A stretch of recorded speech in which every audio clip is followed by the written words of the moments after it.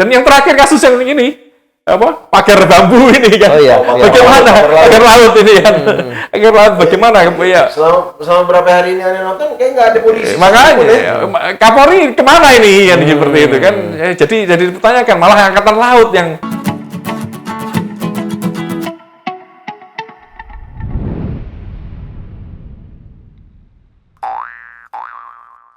Assalamualaikum warahmatullahi wabarakatuh. Jumpa lagi dengan saya Michael Jackson, tuan rumah spesial Omon-Omon Podcast. Saya ditemani hari ini spesial oleh Said Al-Bajuri. Oke, dan hari ini tentu juga kita kedatangan tamu spesial.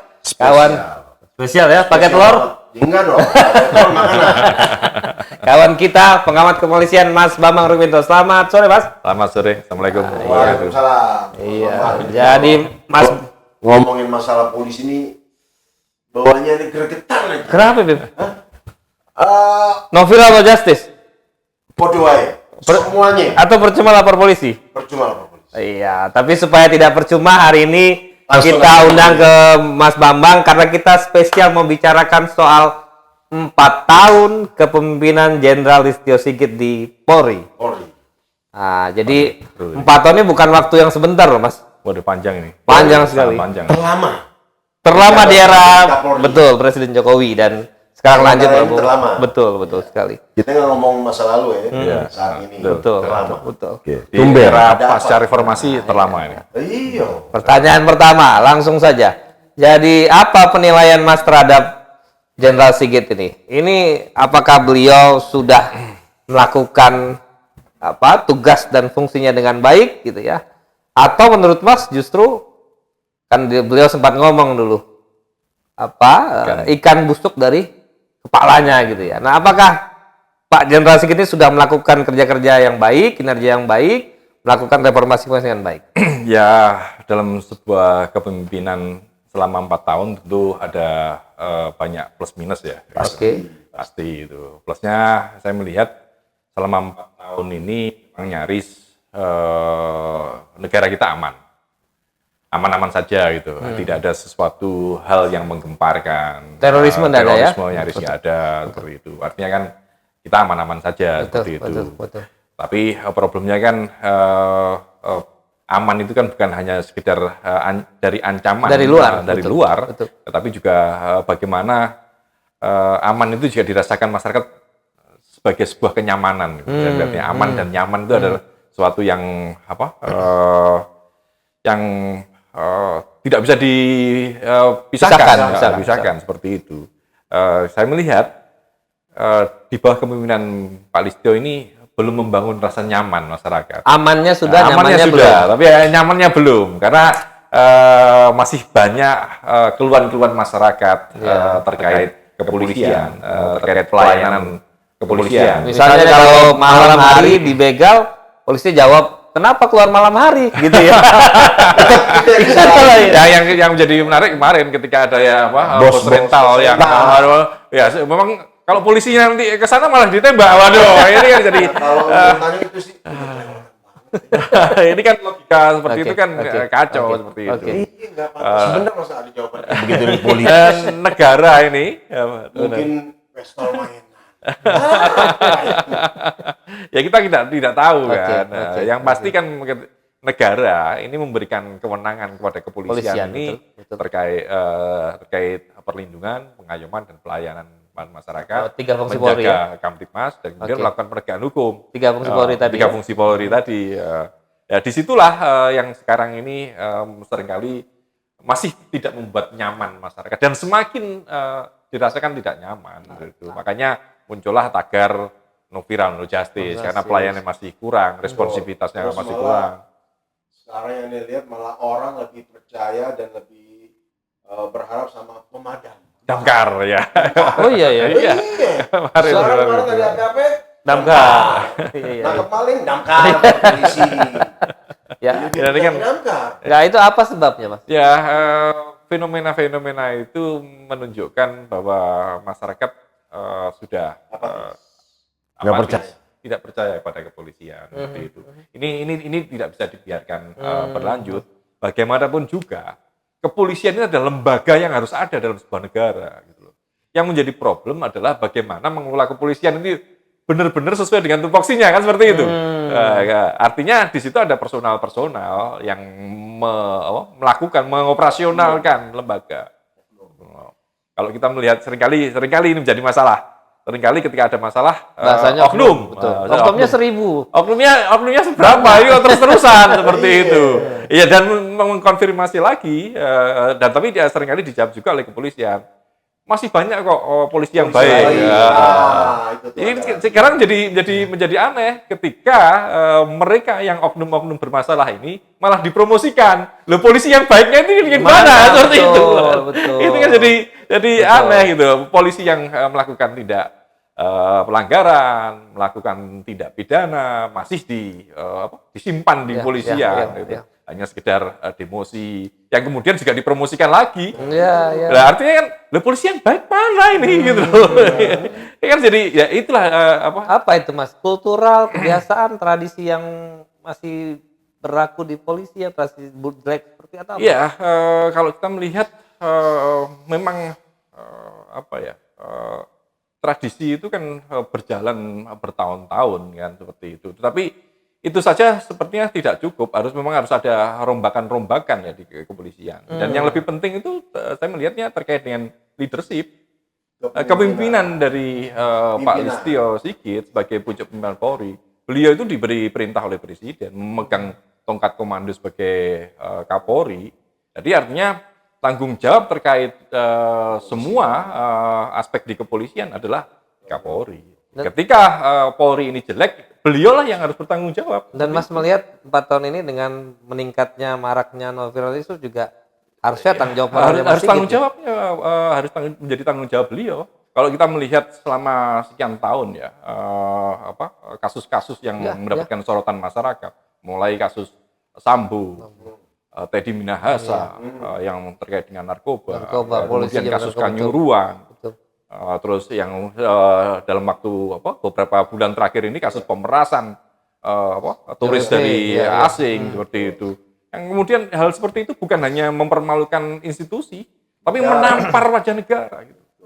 Mempermalukan wajah bangsa dan negara kita. Ini potret kepolisian kita, kepolisian Republik Indonesia. Yang kita sayangi, Mas. Iya, dan itu memberikan efek domino loh. Betul. Bagaimana investor mau datang masuk ke sini kalau diperas?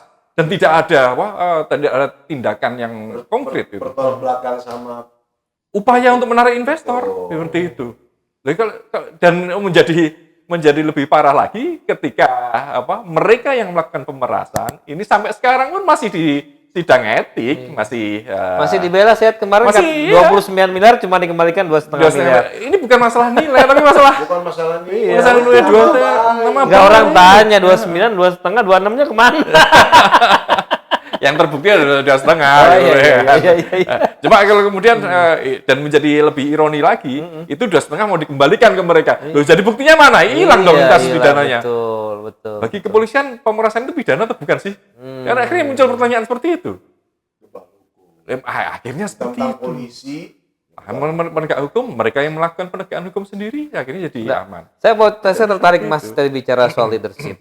Jadi kalau kita bicara kepolisian, minta maaf ya. Apa yang kurang sekarang? Anggarannya besar, 124 triliun. Kemudian fasilitas diberikan. Benar. Direktorat semakin banyak. Benar. Nah kalau Mas lihat tadi soal kepemimpinan, saya sebenarnya apa sih yang agak luput dari Pak Sigit ini selama di Kapolri ini? Kenapa dia tidak bisa minta maaf ya? Ini menghapus gitu ya, atau memperbaiki tradisi-tradisi buruk tadi gitu. Iya, kalau saya melihat entah kalau saya mengatakan Pak Listio Sigit tidak kompeten ya tidak mungkin lah. Enggak lah, Akpol. Dia mau prestasi. Luar biasa betul. Tour of duty-nya juga sudah banyak. Betul. Yang pasti saya melihat itu tadi tidak ada ketegasan, kemudian bisa jadi terjebak oleh kepentingan-kepentingan di luar tugas kepolisiannya seperti itu. Akhirnya dia tersandra sendiri untuk berbuat apa?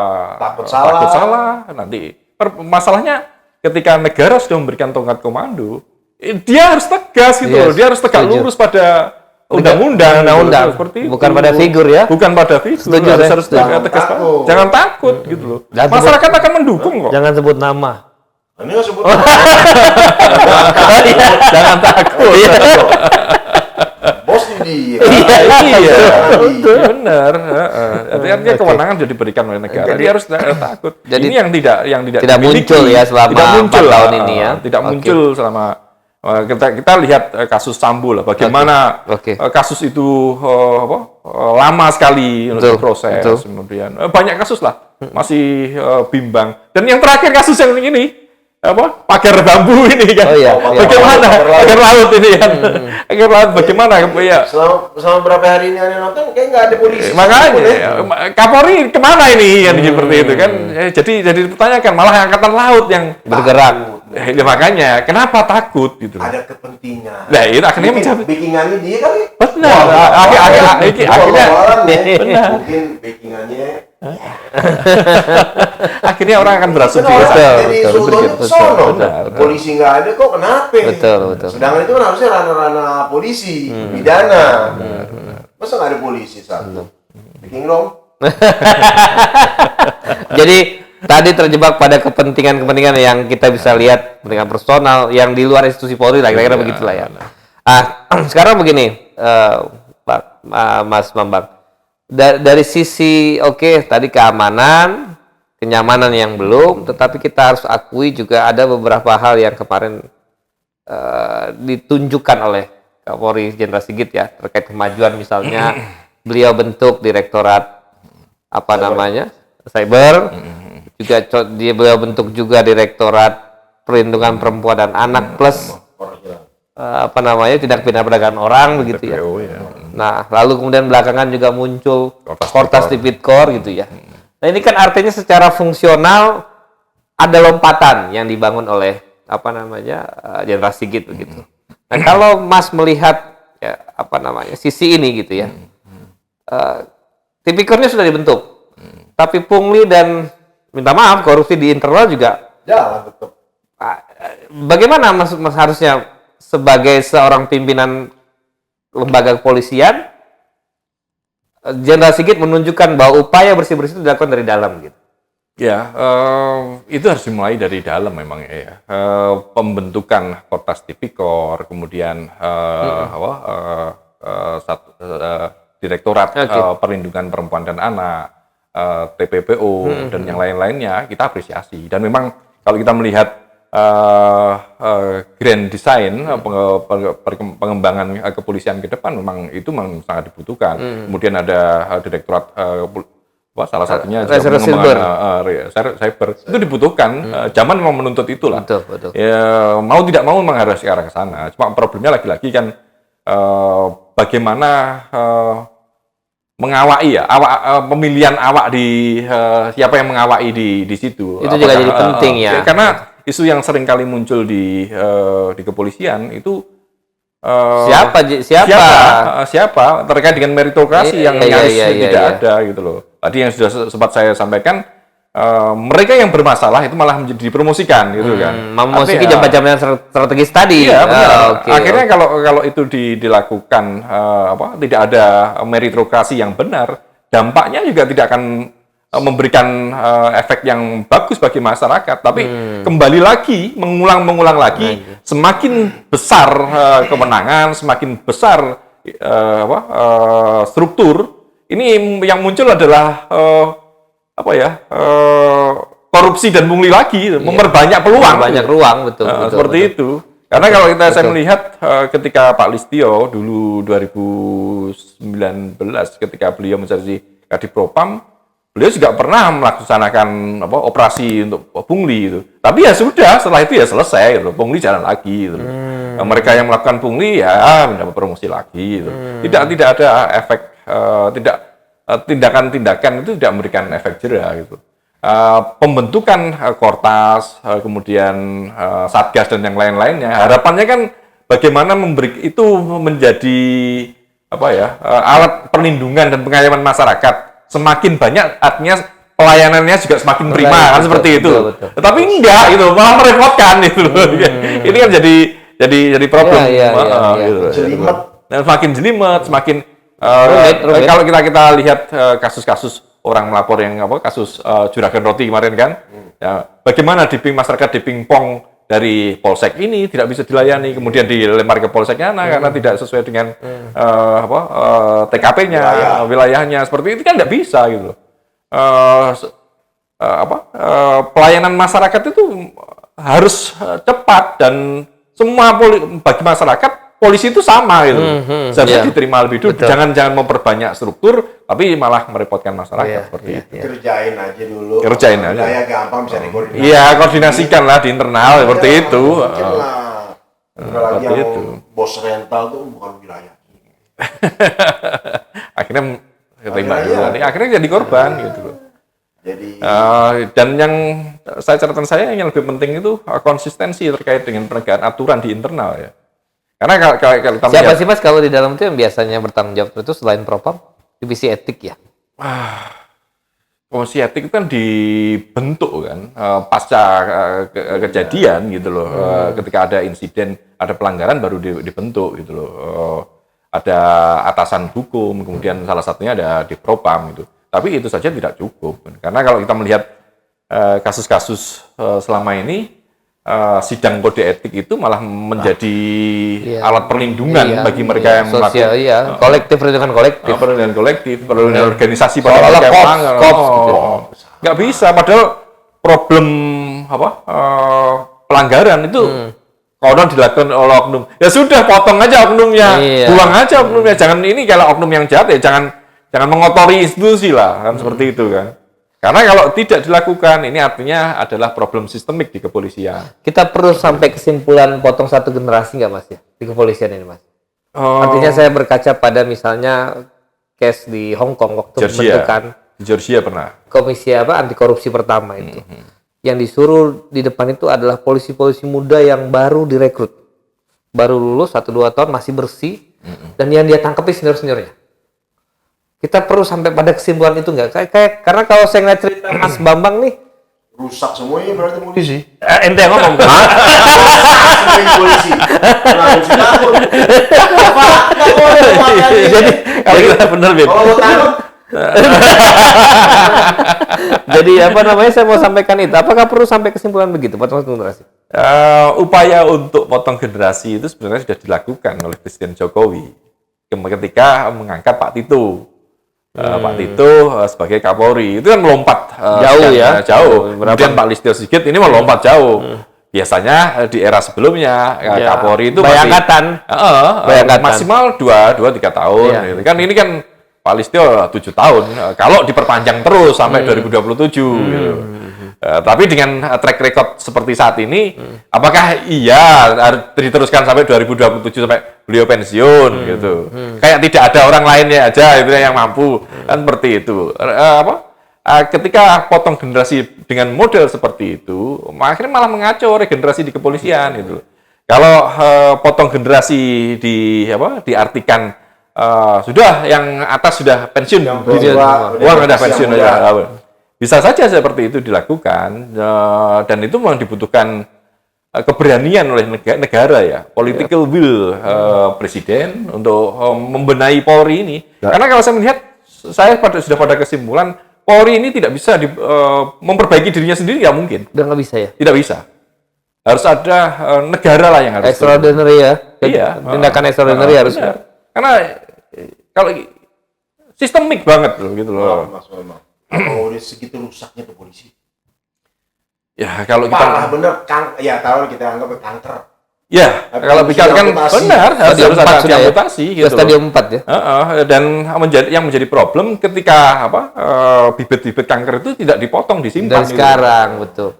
Sebenarnya cukup dengan bibit kanker nggak dipotong malah dipromosikan seperti itu. Kalau itu sudah dipotong, udah pelanggaran pidana itu sudah ada peraturannya loh. Peraturan pemerintah 1 tahun 2003 tentang pemberhentian tidak Polri. Itu kalau sudah melakukan tindak pidana, potong, cut. Ini kan enggak. Kasus Sambo berapa orang yang melakukan pidana obstruction of justice? Demosi, promosi. Seperti itu. Banyak sekali kasus-kasus seperti itu. Dan ini yang menjadi kanker di tubuh kepolisian. Kalau seperti itu, kalau meminjam istilah Prof. Mahfud, Lebih baik. Apakah kita akan membakar lumbung Lumbung, untuk tikus. memusnahkan tikus Iya, seperti itu? Tikusnya aja yang diusir kan. Tapi ini lagi-lagi ini terkait dengan ketegasan, Oke. leadership dari Oke. Pak Listio, dan ini Oke. yang sampai sekarang saya belum melihat Baik. ketegasan dan konsistensi dalam menegakkan peraturan di internal kepolisian itu. Oke. Berani kan? Ya itu tadi Gimana? ya, tersandra, saya melihat seperti itu. Kalau soal keberanian ini kan soal hati Iya, personal, fear, saya tidak fear, tahu lah. betul, Ya. personal. Tapi saya melihatnya tersandra lah. Oke. Seperti itu. Sebagian ada pendapat yang mengatakan bahwa jangan-jangan stadium akutnya kanker kita tadi dimulai dari proses rekrutmen. Walaupun saya selalu percaya ya, misalnya sebagian sampai sekarang selalu bilang kan bahwa masuk polisi tidak pernah bayar gitu ya. Bagus, bahkan kemana anak petani. Teorinya begitu. Nah, betul. Nah, apakah ada yang dilakukan oleh Jenderal Sigit terkait dengan perbaikan proses rekrutmen ini? Karena orang selalu bilang jangan-jangan banyak oknum yang cari uang gitu ya. Karena waktu masuk polisi Buat ganti bayarnya rugi. kegedean gitu. Ya, kalau saya melihatnya bukan di proses itu ya. Orang pada dasarnya pengen masuk polisi, kita positive thinking aja lah. Ada pengabdian pada Ada negara. pengabdian masyarakat. Betul. Ketika kita masih kecil, kita main-mainan seperti pengen yang jadi polisi, teman-teman tentara, siapa. Polisi apa? betul. Nangkep penjahat Betul, seperti itu. betul. Cuma problemnya pendidikan di kepolisian sudah cukup bagus. Sudah bagus ya, Pak, ya? bagus. Meskipun masih perlu terus diperbaiki Improvement ya. Itu adalah yang lumrah. Cuma problemnya ketika masuk, ya itu tadi dia ketularan dengan kanker-kanker tadi itu loh. Virus Sel-sel kanker fungi, tadi. virus-virus tadi itu yang menularkan mereka kepada adik-adik, dan itu akan terus berlanjut ketika kanker penyakit-penyakit di dalam ini tidak dipotong. Itu saja sebenarnya. Dan itu dikelola gitu loh dengan meritokrasi yang Juga jelek, buruk gitu ya. loh, yang buruk gitu loh. Promoter ketika jargonnya Pak Tito dulu kan ada promoter, betul. promosi modern dan terpercaya. Percaya. Ini Sekarang- diplesetkan juga di internal, Jadi- promosi orang-orang terdekat. Seperti itu kan. Akhirnya akan muncul istilah ada geng Solo, geng Makassar, Makassar, geng Palembang. ya. Seperti itu kan. Oh, polisi-polisi. Iya, ini geng-geng ini mereka. geng mereka. Ini kelompok dari sini. Ini kelompok geng Tito, geng Listio, geng Berarti BG. Ya, seperti itulah. Jalan kepolisian juga nggak solid. Ya, karena seperti Kerja tadi itu. Mas Bambang bilang tadi. Problemnya kan lagi-lagi apa? Kepemimpinan gitu loh. Kalau leader ini tegak lurus, Oke. saya setuju sekali dengan apa yang disampaikan Pak Listio. Ikan busuk pada Dari kepalanya. dari kepalanya gitu. Betul, Cuma betul. problemnya kan kepala ini yang mana yang Ya, disebut oleh Pak ya. Listio kan seperti itu. Nah, kalau boleh jujur, kalau Mas Bambang sebagai selama ini orang juga tahu pengamat kepolisian kompeten, kalau kita nilai Pak Sigit dari 1 sampai 10 di angka berapa beliau? Ini mesti mintanya mesti nilai rapor. 5 kah? Kita lupain baca. 5 kah? 7 kah? 3 kah? Saya melihatnya 4 lah. 4 ya? 4 Oke. lah. Oke. 4 ya. Jadi memang masih jauh dari ambang jauh batas dari kewajaran ya. Iya, jauh 4 lah. Seperti itu. Di atas Gibran dikit lah. Lebih baik pasti Pak Listio. Iya. Kan Pak Gibran kemarin yang di survei yang kemarin Selios kan dapat angka 3, Pak 3. Prabowo dapat 5. Ya. Pak Sigit 4 lah. Oh, Mas Gibran maaf salah. Nanti maksudnya ada undang Mas Gibran. Wapres ke sini nanti. Insya Coba Allah, kasih. nanti. Bisa aja dong. Iya betul. Jadi 4 ya beliau ya. Oke. Ya, masih banyak PR yang visi reformasi saya melihat di kepemimpinan terakhir ini sangat menurun gitu. Sangat Jauh menurun. dari visi reformasi kepolisian gitu. Bahkan pernah saya sampaikan kepolisian saat ini mengkhianati reformasi. Seperti itu. Reformasi Polri. Reformasi 98. 98. Gitu. Mengkhianati reformasi 98. Kepolisian adalah lembaga yang sangat diuntungkan dari reformasi 98. Betul. Harusnya. Setuju saya. Memang sangat diuntungkan setuju. karena dia Dipisahkan dari ABRI. dia langsung di bawah presiden. Tetapi dia tidak pernah bisa menjaga bagaimana iklim demokrasi yang dicita-citakan oleh masyarakat itu didukung oleh kepolisian gitu loh.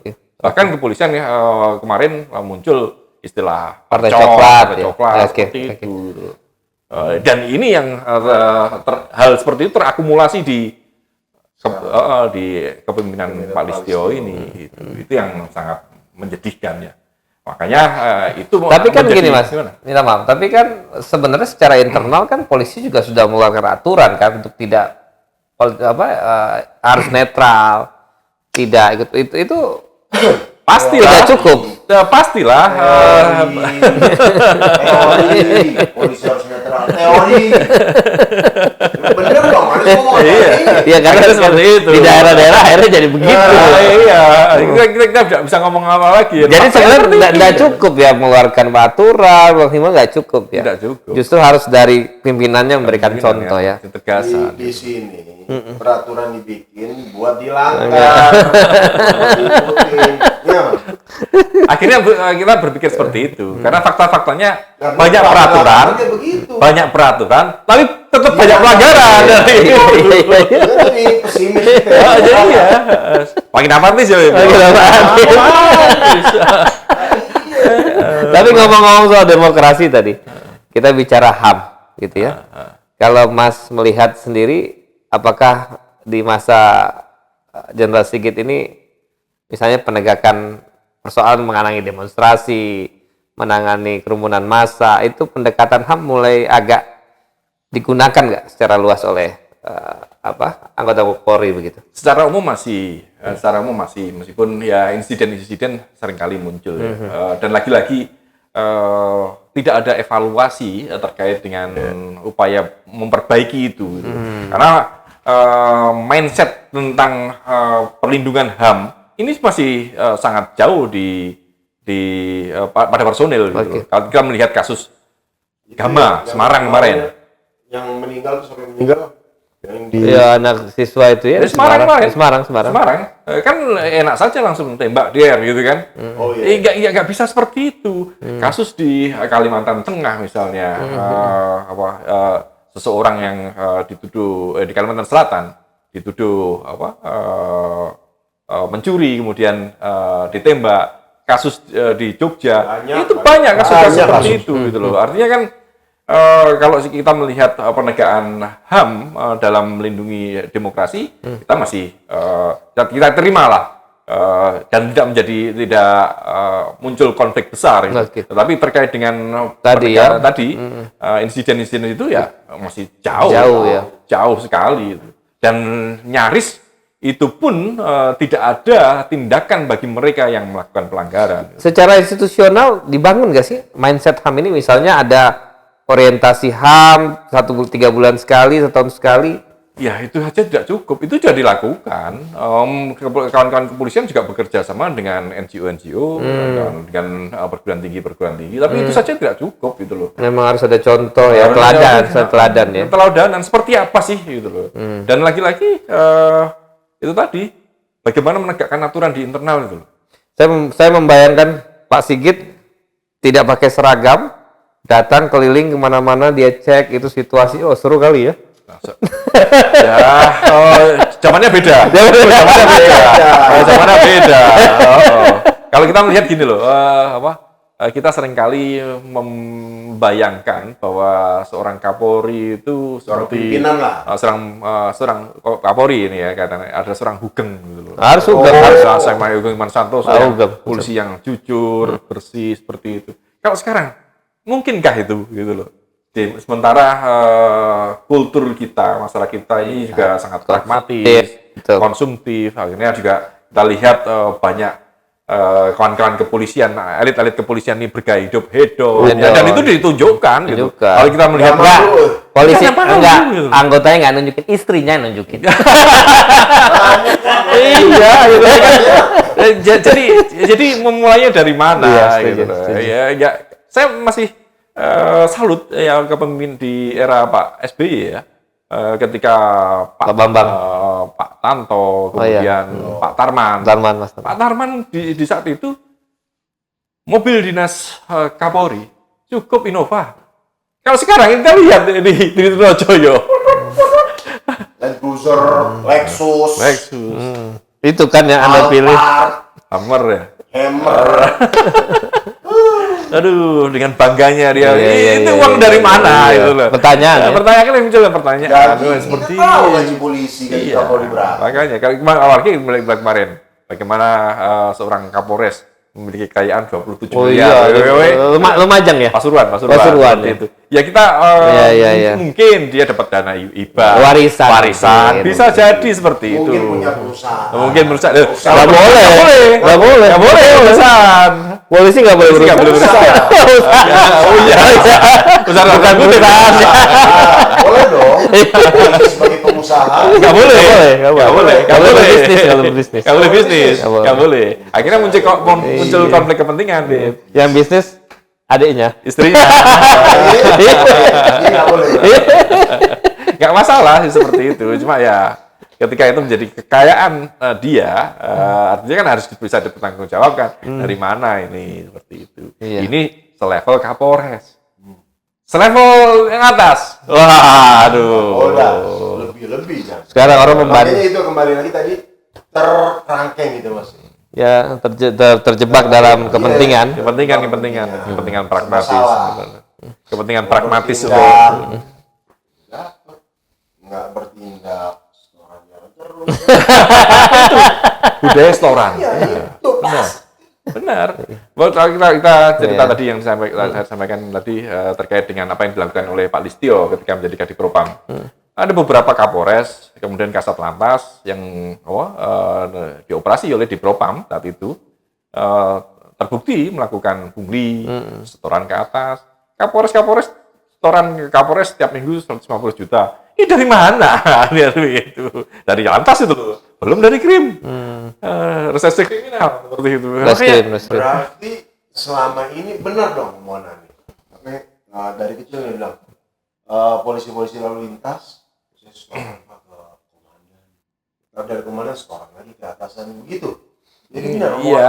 Benar tuh omongan. Ya itu susah untuk membuktikan. Bukan. Bagi kita orang masyarakat sipil ini gimana membuktikan? Karena bukti itu yang bisa mencari polisi. Ini kan Mas Mama ingin sampaikan sebenarnya saatnya teman-teman propam itu melakukan buktian terbalik. Iya. Memaksa betul, buktian betul, terbalik. Betul. Harus seperti itu. Kalau itu bisa dilakukan ya ini poin plus lah kan seperti Oke. itu. Memang akan muncul resistensi di internal. Tapi itu harusnya itulah yang harus dilakukan itu loh. gitu. Kalau benar-benar Kalau memang ingin melindungi masyarakat, Oke. jangan sampai lagi ada pungli. Itu kalau di Lantas kalau sekarang ini level receh lah. Di ya. Krim, kasus judi online misalnya, kasus judi online. Oh, berapa ribu orang yang ditangkap di level bawah itu. Iya. Apakah itu diproses? Kenapa tidak diproses? Ini panjang sekali nih. Kita sudah 35 menit bicara soal ini. Beb, ente kan pendukung Presiden Prabowo. Coba tanyakan ke apa harapan kepolisian di zaman Prabowo ini apa yang mau dilakukan? Ya, langkah yang bisa dilakukan. Ya, kita semua berharap lah pada Presiden Prabowo ya. Bagaimanapun juga Presiden Prabowo ini adalah pucuk pimpinan negara yang merupakan atasan dari Kapolri. Gitu. Iya. Jadi harapannya Presiden Prabowo memiliki goodwill dan political will untuk memperbaiki kepolisian kita gitu. Dengan kemarin sempat muncul rancangan undang-undang kepolisian misalnya seperti itu. Dengan segera melakukan masuk ya RUU Polri. RUU Polri masuk, tapi Proyek- draftnya yang kacau gitu kan. Draftnya yang kemarin itu kacau. Sama udah terima, Mas? Hah? Sama udah dapat? Udah, yang Oke. draft yang kemarin kan sempat ramai juga kan beberapa bulan yang lalu, Oke. masih di pemerintahannya Pak Jokowi. Oke. Kalau draft itu ya harus dibuang lah. Dibuang, karena dalam draft itu memperbanyak kewenangan kepolisian, tapi terkait dengan apa yang dibutuhkan masyarakat, apa yang diharapkan masyarakat itu masih minim. Oke. Terkait dengan kontrol pengawasan, kemudian banyak hal lah. Itu yang seharusnya di era Presiden Prabowo itu yang harus didorong gitu loh. Kontrol pengawasan pada Polri itu wajib, Diperkuat ya? harus Oke. dibuat. Karena kalau tidak, ya tadi Lord Aton bilang gitu loh, Power Ten sekarang. Power Ten sekarang more absolute power. power absolute. Kan seperti itu. Oke. Seperti itu. Bisa tolong diterjemahkan? Tapi intinya Kapolrinya harus diganti. Saya melihat waktu 4 tahun ini sudah membuktikan bagaimana kinerja Pak Listio ya. Dan kalau Presiden Prabowo ingin memberikan warna kepada kepolisian sejak awal, mau tidak mau harus segera reshuffle Kapolri. Selain juga untuk penyegaran. Penyegaran ya. Penyegaran juga. Jadi bagi bukan soal bahwa ada evaluasi personal, tapi juga Iya. soal momentum ya. Baik. Itu. Ya. Saya kira itu ya. Panjang sekali obrolan kita. Nanti kalau ini saya lihat Gak ada teman-teman Polri saya undang ke Trust Podcast kalau nanti kita perlu duduk bareng terkait ini. Sekali lagi banyak kritik yang kita keluarkan itu karena kami semua sayang kepada Polri. Cinta sama Jumpa Polri. lagi dengan Amanah Podcast di episode berikutnya. Kami undur pamit. Assalamualaikum warahmatullahi wabarakatuh. Terima kasih banyak, Mas. Terima kasih banyak. Assalamualaikum. Makasih, Mas. Sama-sama. Biasa. Aduh, tadi nggak ada habis-habisnya. Nah, ini dalam rangka mencintai Polri kok. Iya. Polri ini harus dijaga. Kalau tidak dijaga